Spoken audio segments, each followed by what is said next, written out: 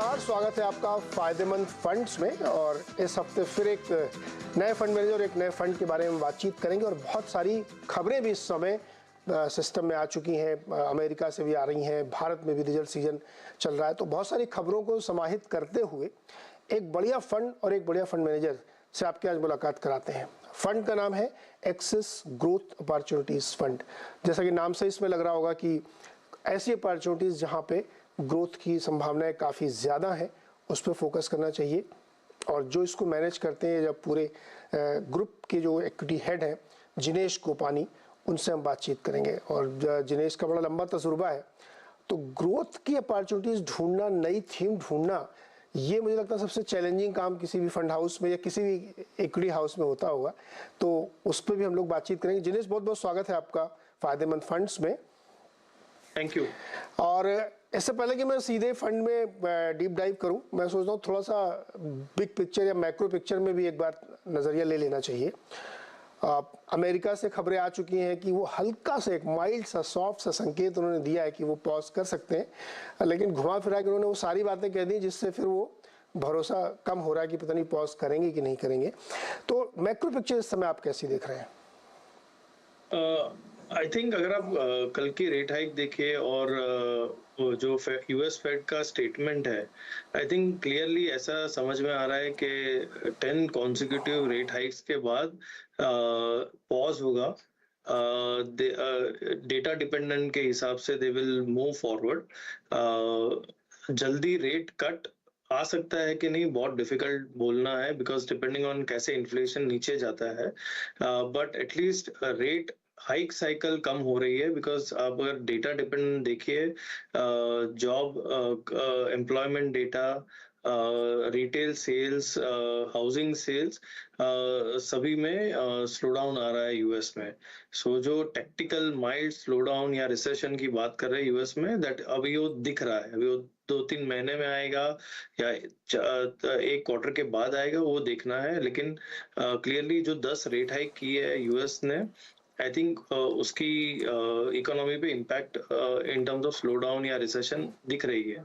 सो macro वो हिसाब से यूएस या डेवलप वर्ल्ड के लिए थोड़ा खराब है। लेकिन for India it becomes a blessing in disguise, because अगर आपका स्लो डाउन आ रहा है तो आपके ऑयल प्राइसेस भी कम हो रहे हैं, which is a very big factor for India. Oil हम हमेशा कहते हैं is a joker in the pack for India. और अगर ऑयल नीचे आता है तो आई थिंक काफी हद तक आप इंडिया की इन्फ्लेशनरी प्रेशर्स कम हो जाएगी, करेंसी डिप्रिसिएशन होना कम हो जाएगी, एंड ग्रोथ कैपिटल जो जनरली डेवलप मार्केट से आता है वो आने लगेगा इमर्जिंग मार्केट में। सो नेट नेट हमारे लिए काफी बेनिफिशियल होगा अगर ये रेट हाइक खत्म हो जाता है, और होपफुली आफ्टर 3 से 4 क्वार्टर आप रेट कट की बात करने लगे तो।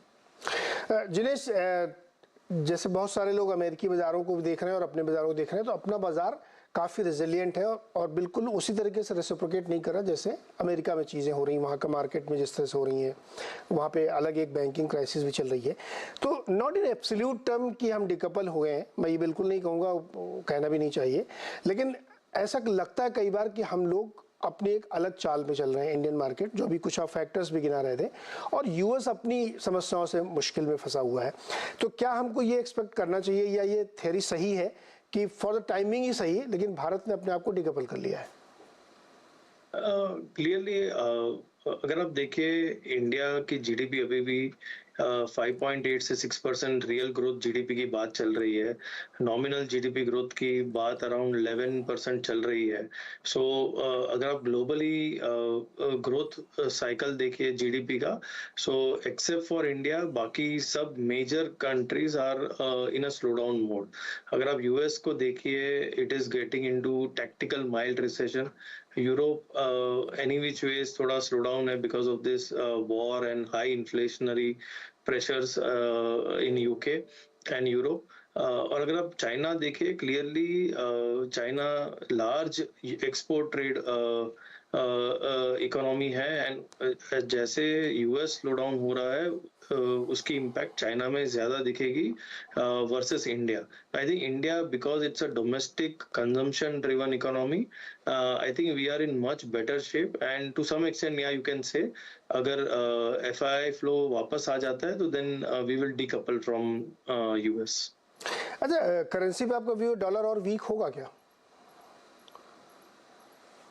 Sorry, I could not hear you properly. Dollar index में वीकनेस लगातार दिख रही है, तो क्या आपको लगता है कि और ज्यादा वीक होगा और जिसका फायदा फिर दिखेगा? हो सकता है, पॉसिबल है. क्योंकि जैसे US स्लोडाउन में जाएगा, ऑब्वियसली डॉलर वीक होगा एंड वो हिसाब से आपको ग्लोबली पैसा, होपफुली इमर्जिंग मार्केट में पैसा ज्यादा आ जाएगा.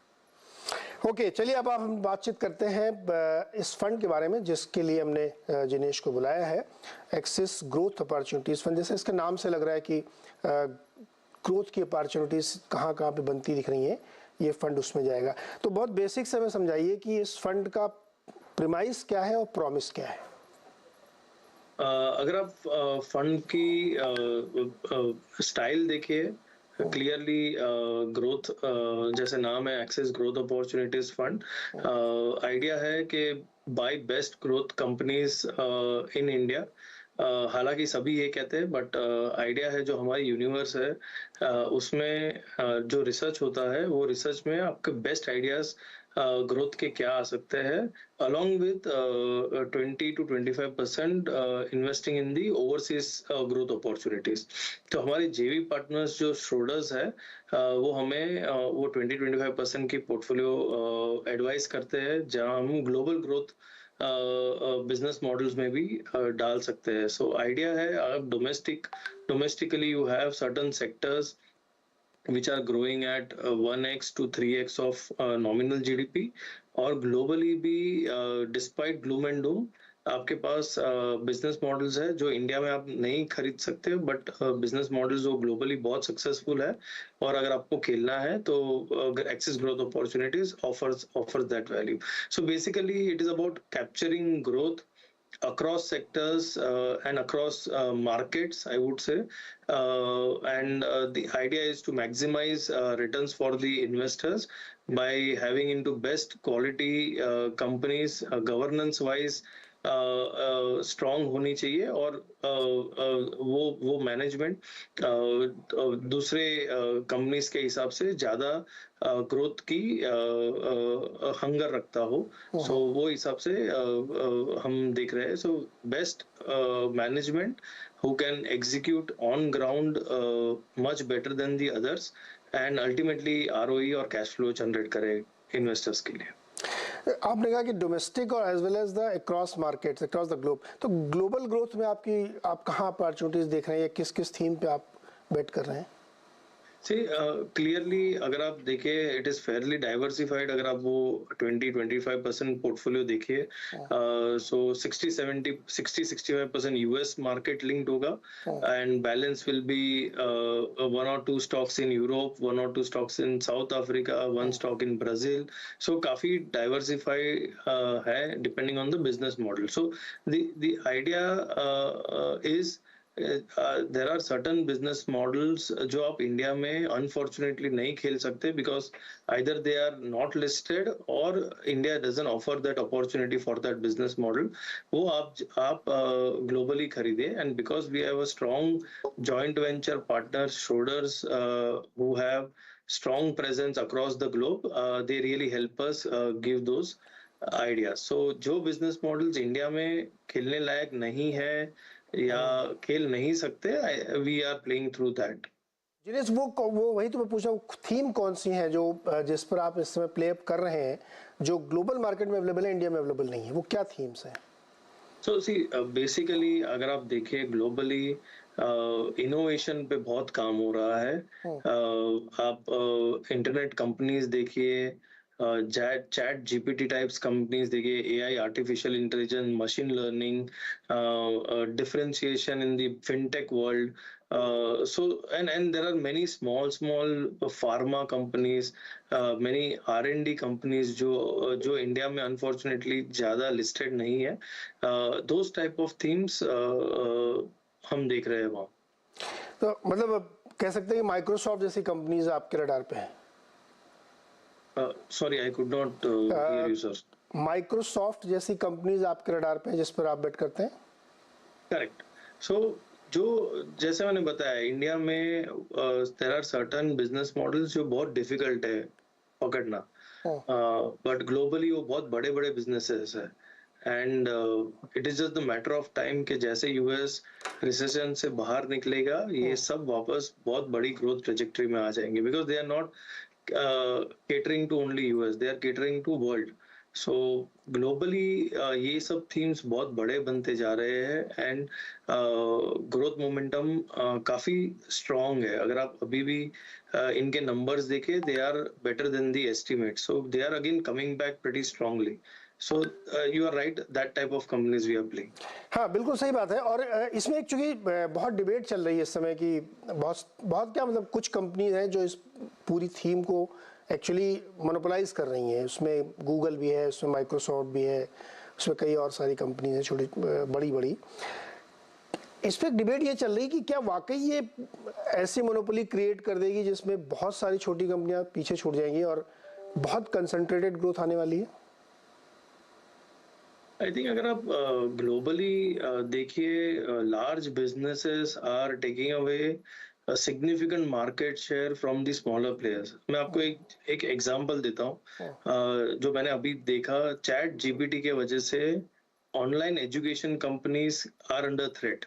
सो बेसिक एजुकेशन जो आपको चाहिए था, जो ऑनलाइन एजुकेशन कंपनीज दे रहे थे, और मैं यूएस की बात कर रहा हूँ, इंडिया की तो बात भी नहीं कर रहा हूँ। हमने देखा कि मैनी ऑनलाइन एजुकेशन कंपनीज जो छोटे छोटे हैं, बहुत निश थे, एंड एक टाइम पे ऑनलाइन एजुकेशन कंपनीज को बहुत बड़ी वैल्यूएशन मिल रही थी बिकॉज वो कुछ नया कर रहे थे, वर्चुअल टीचिंग कर रहे थे। सडनली चैट जीपीटी की वजह से हम देख रहे हैं कि शायद certain businesses on in online education जो बेसिक टीचिंग करते हैं उसकी जरूरत ही नहीं पड़ेगी, because you can just go to chat GPT और अगर आप टाइप करें आपको पूरा मटेरियल ऐसे सब मिल जाएगा, कैसे पढ़ना है, क्या होता है। मीन्स सो आई थिंक हम देख रहे हैं इस बिग इज बिकमिंग बिगर। बड़ा प्लेयर, उसकी कैपेबिलिटी है इनोवेशन करने की, उसकी कैपेबिलिटी है कैपिटल को आर&डी में इन्वेस्ट करने की, and if they come out with some blockbuster product, it takes away the entire market. So profit pools जो हमने देखा है वो कंसंट्रेशन होते जा रहा है बड़ी कंपनीज के पास, एंड अगर आप स्केल नहीं दिखाते हो देन एट सम पॉइंट कोई ना कोई आके आपको मार के जाएगा। बहुत ही इंटरेस्टिंग थीम है जिनेश ये, और इसमें सिर्फ ऑनलाइन एजुकेशन नहीं, बहुत सारे ऐसे बिजनेसेस हैं जो वाइप आउट हो जाएंगे, इसमें कोई शक ही नहीं है। अब वो किसी को अच्छा लगे बुरा लगे, वो डिबेट इसमें चलती रहेगी, लेकिन ये सच है कि बहुत सारे बिजनेसेस खत्म हो जाएंगे इस एआई की वजह से, और जिसमें ये कंपनीज कंसंट्रेट कर रही हैं। यहाँ पे एक लेंगे छोटा सा ब्रेक, और ब्रेक से वापस आएंगे तो कंज्यूमर फाइनेंस में एक बड़ा डिसरप्शन होने वाला है। जिनेश से इस पर बातचीत करेंगे कि ये फंड इसकी तैयारी कैसे कर रहा है।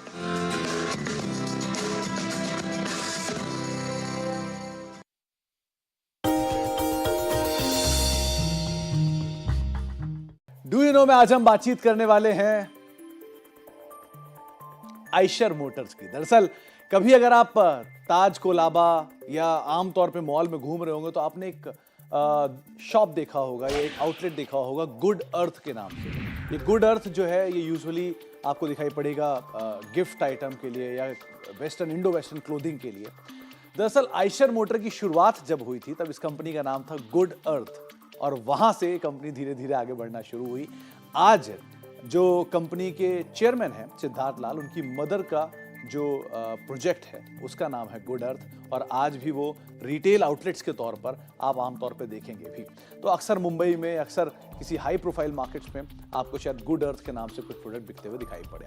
अब लौटते हैं आइशर मोटर्स के ऊपर। दरअसल आइशर मोटर की शुरुआत 1948 में हुई थी, और तब जब ये गुड अर्थ होती थी तब इसका जो कामकाज होता था वो इंपोर्टेड ट्रैक्टर्स को इंपोर्ट करना, उनके पार्ट्स को इंपोर्ट करना, उसे असेंबल करना और उस असेंबल करने के बाद उसको बेचने का काम ये उस समय पर गुड अर्थ का होता था। धीरे धीरे वो गुड अर्थ से आयशर बनी और आयशर से होते हुए आज आयशर मोटर्स आपके सामने है। मेजरली रॉयल एनफील्ड ज़्यादातर प्रोडक्ट आप उसके देखेंगे। लेकिन और इंटरेस्टिंग फैक्ट में एक फैक्ट ये भी है कि 1959 में इस कंपनी ने एक ट्रैक्टर डिवीज़न जो कि जर्मन ट्रैक्टर कंपनी थी, आयशर ट्रैक्टर, उसको मर्ज करने के बाद बनाया और उसके बाद से ट्रैक्टर कारोबार के अंदर प्रोमिनेंटली इंडिया में एक्सपैंड करते हुए दिखाई पड़े। एक और इंटरेस्टिंग फैक्ट ये भी है कि एक समय पर एक कंपनी के 15 अलग अलग बिजनेस होते थे, जिसके अंदर ट्रक्स, मोटरसाइकिल्स, कंपोनेंट्स, फुटवेयर और साथ साथ गारमेंट जैसे कुछ अनरिलेटेड बिजनेस भी थे और जिसकी वजह से ये कंपनी काफी मासिव लॉसेस में थी। रॉयल एनफील्ड जो इस कंपनी का सबसे ज्यादा बिकने वाला प्रोडक्ट है, वो एक समय पर लॉस में था और करीब करीब 20 करोड़ रुपए के आसपास का लॉस आया था। और एक इंटरेस्टिंग फैक्ट ये भी है कि सन 2000 में एक ऐसा भी समय आया था जब कंपनी के बोर्ड ने डिसाइड किया था कि वो रॉयल एनफील्ड डिवीजन को बंद कर देंगे और उस समय पर सिद्धार्थ लाल साहब ने इस कंपनी की कमान संभाली। उन्होंने नॉन रिलेटेड 13 प्रोडक्ट्स को बंद किया और सिर्फ 2 प्रोडक्ट के ऊपर फोकस किया, जिसमें एक था रॉयल एनफील्ड और दूसरा था वॉल्वो आयशर ट्रक्स, जिनको आप देखते हैं। इन दोनों पे फोकस करा और मासिवली इस कंपनी के अंदर टर्न अराउंड किया। इनफैक्ट उस समय से लेकर करीब आज तक स्टॉक ने एक जोरदार परफॉर्मेंस भी दिया और एक मासिव टर्न अराउंड स्टोरी बनकर ये सामने भी आया था। साथ ही साथ 2015 में जो रॉयल एनफील्ड की बिक्री है, वो एक ऐसा भी समय देखा है कंपनी ने जब 2000 के अंदर कंपनी लॉस मेकिंग थी, लेकिन 15 साल के अंदर कंपनी ने इतनी मासिव सेल करी कि ये ग्लोबली हार्ले डेविडसन से ज्यादा गाड़ियां बेचते हुए दिखाई पड़ी। तो इस तरह की एक मासिव टर्न अराउंड स्टोरी आपने रॉयल एनफील्ड के अंदर देखी महज 15 साल के अंदर। तो ये कुछ इंटरेस्टिंग फैक्ट आयशर मोटर्स या फिर गुड अर्थ से रिलेटेड। आया कुछ और फैक्ट लेकर भी आते रहे।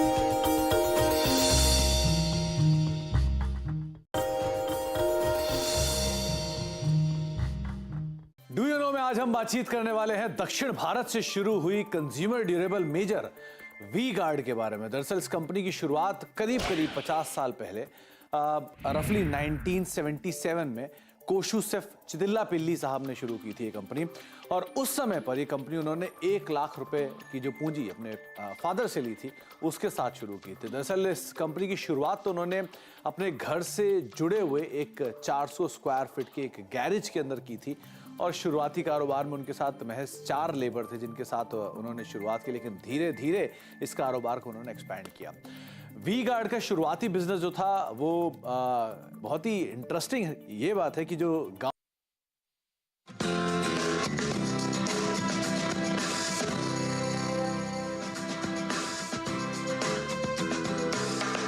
स्वागत है एक बार फिर से आपका फायदेमंद फंड्स में। और आज हम बातचीत करें एक्सिस ग्रोथ अपॉर्चुनिटीज फंड के बारे में और जिनेश गोपानी से चर्चा हो रही जो इस फंड को मैनेज करते हैं। और अब हम बातचीत करेंगे कंज्यूमर फाइनेंस के बारे में, जहां पे एक नए प्लेयर की एंट्री होने वाली है जिससे इस पूरे सेक्टर में काफ़ी उथल पुथल होगी। तो इस फंड की चूंकि टॉप होल्डिंग एक फाइनेंस कंपनी ही है, तो ये अपने आप को कैसे रीअलाइन या रीएडजस्ट करेंगे। घरेलू में कौन सी 1-2 थीम है जो आपको लगता है सबसे बड़ी ग्रोथ ड्राइवर्स हैं जो इस फंड के लिए बिल्कुल फिट बैठती हैं? अगर आप इंडिया का कॉन्स्ट्रक्ट देखिए, अगर आप 6% रियल जीडीपी ग्रोथ देख रहे हो और 11% नॉमिनल जीडीपी ग्रोथ देख रहे हो, there will be many sectors and many companies जहां मार्केट शेयर गेन अपॉर्चुनिटी है और can become pretty big, can grow at 1.5x to 3x of nominal GDP. Clearly, उसमें retail finance is a very big sector. अगर आप देखिए consumer penetration mortgages में, retail credit cards में और काफ़ी बाकी प्रोडक्ट्स में काफ़ी कम है। अगर आप ग्लोबल एवरेजेस देखिए, इवन मॉर्गेजेस अगर आप देखिए just 15% of total penetration versus globally it ranges around 30, 40, 50% of the total household market. So consumer finance, retail finance बहुत बड़ी अपॉर्चुनिटी है अगर वो कंपनीज अच्छे से प्ले करती है। एसेट क्वालिटी अगर आप देखिए बहुत बढ़िया है after coming out of Covid. Most of the companies जिन्होंने नंबर्स आए हैं, आई थिंक एसेट क्वालिटी बहुत ही स्ट्रांग है थैंक्स टू सिबिल डेटा। आज आज आज डेटा का जो यूज हो रहा है, डेटा एनालिटिक्स के हिसाब से आपको बहुत अर्ली वार्निंग साइंस मिलते हैं इन टर्म्स ऑफ कहाँ डिफॉल्ट, कौन से रीजन में, कौन से सेक्टर में कहाँ डिफॉल्ट आ रहा है, कहाँ जॉब क्रिएशन कम हो रही है. So I think data analytics के वजह से आपको एसेट क्वालिटी में बहुत डिफरेंस देखने मिल रहा है, which is good in a way for the company. I think growth opportunity बहुत बड़ी है, मार्केट शेयर गेन अपॉर्चुनिटी बहुत बड़ी है. आप most of the retail finance या कंज्यूमर फाइनेंस कंपनीज देखिए 0.5 to 1% of total asset liability side of the market है. So there is huge scope for growth, huge scope for penetration. So something like this, अगर आप बाकी देखिए, engineering R&D बहुत बड़ी theme बनते जा रही है. स्पेशलिटी केमिकल बहुत बड़ी थीम बनते जा रही है. I think clearly China Plus 1 में स्पेशलिटी केमिकल्स विल बेनिफिट. थोड़ी लॉन्ग टर्म है, but that is how we feel that ये सब में अगर आपके पास टैलेंट है, मैन पावर है, कैपिटल है और एग्जीक्यूशन कैपेबिलिटी है, तो then opportunities growing very very significantly. So renewables एक बड़ी थीम बनते जा रही है ग्रोथ साइड पे. इलेक्ट्रिक व्हीकल EV थीम बड़ी बनती जा रही है. So I think mix and match है. एग्जिस्टिंग कंपाउंडर्स भी है आपके पास और न्यू कंपाउंडर्स भी आ रहे हैं. जिनेश, जैसे कि हम लोगों ने भी बात की कि ChatGPT एग्जाम्पल था, AI की वजह से दुनिया में एक बहुत बड़ा डिसरप्शन आ रहा है बहुत सारी इंडस्ट्री में. वैसे ही भारत में जैसे एक पेंट इंडस्ट्री में एक बड़ा डिसरप्शन किया, नए बड़े दिग्गज प्लेयर आने की वजह से पुराने प्लेयर थोड़े से हिल गए और अब वो कैपेक्स स्ट्रेटजी के थ्रू और ज़्यादा से ज़्यादा लेवरेज लेने की वजह से अपने आप को सेफ गार्ड करते दिख रहे हैं. वैसे ही retail finance, consumer finance industry में भी एक तो बहुत सारे प्लेयर हैं, ऊपर से जायंट प्लेयर्स के आने की एंट्री होने वाली है. उसकी वजह से पूरे सेक्टर में एक रिजिक की अनुमान संभावनाएं तमाम ब्रोकरेज रिपोर्ट्स में बताई जा रही कि ये सेक्टर अगेन बहुत होगा. तो चूंकि आपकी होल्डिंग्स इसमें काफ़ी वेटेज रखते हैं कई सारे बड़े दिग्गज प्लेयर, क्या ये एक ऐसा सेक्टर है जहां पे आपको रीथिंक करना पड़ेगा स्ट्रेटजी वाइज, क्योंकि बहुत बड़े चेंजेस आने की तैयारी है और जिस डेटा एनालिटिक्स के दम पे सारा कुछ हो रहा है, तो जो न्यू एंट्रेंट है उनके पास यही उनकी सबसे बड़ी स्ट्रेंथ है कि उनके पास हैंडी सब कुछ है. तो क्या आप इस पर रीथिंक करेंगे अपनी टॉप होल्डिंग्स के बारे में? सी क्लियरली अगर आप इनोवेशन में जा रहे हो तो थ्रेट भी काफी ज्यादा होती है, बिकॉज टेक्नोलॉजी अगेन जैसे आपने बताया can disrupt also very quickly. So you have to be on guard. Managements have to be very very clear how the competition will come and whether most of the companies are able to take over that competition. So agility or quickness to respond to competition बहुत important होते जाएगा. But जैसे मैंने बताया कि आज market ही इतना बड़ा है और पेनिट्रेशन लेवल्स इतने लो है. आपको अगर यहाँ से 3-4 बड़े रिटेल फाइनेंस कंपनीज भी आ गए तो कोई ज्यादा प्रॉब्लम नहीं होगा, अगर आपको आपका ग्रोथ रेट आपका डिफाइंड है और आपके कस्टमर बेस आपको पता है आपको किसके पास जाना है. So it's a 1.4 billion population plus. अगर आप उसकी 10% भी मार्केट शेयर गेन करते हैं, like 14 crore people, I mean you can just imagine the amount of market availability, market share penetration availability or opportunity to get market share from that individual person in terms of the wallet share. So I think because market बड़ा है, आपकी अगर base infrastructure layout strong है, omni channel presents है, technology पे you have invested like the new players, I think it's a huge market. And plus अगर आप जैसे मैंने बताया कि अगर आप टोटल NBFCs भी देख लीजिए, total share of the NBFCs in the total asset liability side itself is very very small.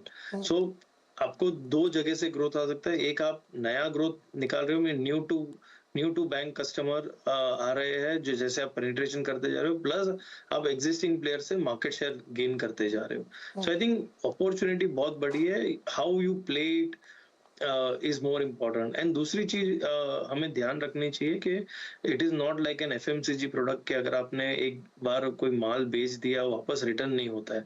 यहाँ आपको पता है 2 साल के बाद अगर NPAs आते हैं तो बहुत जोर से हिट होता है।